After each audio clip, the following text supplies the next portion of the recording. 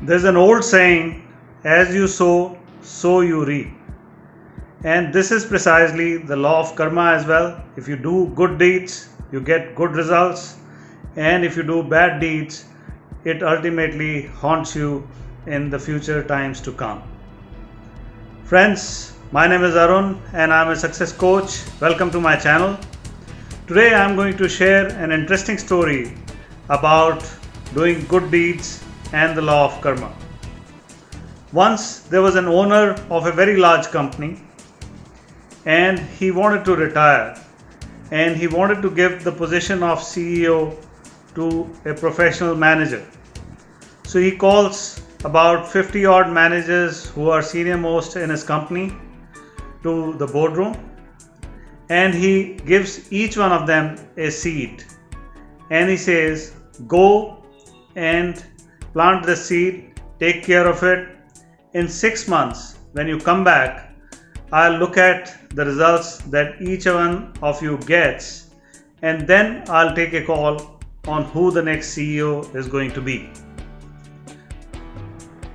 So everyone takes those seeds to their homes. They put it in beautiful flower pots, puts water in that seed, beautiful soil, fertilizers, so that the seeds could grow. And after a few weeks, everyone in the office is talking about how beautiful the plant that is coming out of those seeds, how they are taking care of it, and stuff like that.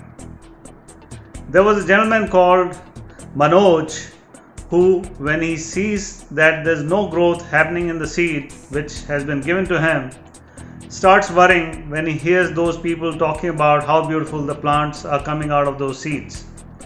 However, he does not lose hope. He keeps putting fertilizer, keeps giving water to the seed, and 3 months go by, nothing happens, there's no plant coming out of the seed, while everyone else is again talking about how well their plants have grown and how beautiful they look. Finally, before the 6 months have to happen, again he sees there's no growth, nothing has come out of that seed, and Manoj talks to his wife saying, I'm feeling very ashamed. Maybe I didn't take care of the seed properly, that's why it's not become a plant. What should I do? Should I change the pot with another pot where there's a beautiful plant? The wife says, no, I would suggest you take whatever you've been given and face the reality as it comes.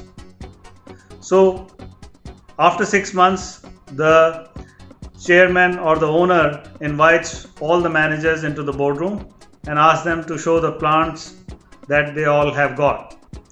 And he looks at each plant. It is so beautiful, and he looks at all the plants and suddenly he finds Manoj in the corner of the room who is very ashamed. He doesn't even want to show his face and he says, Manoj, show me a plant.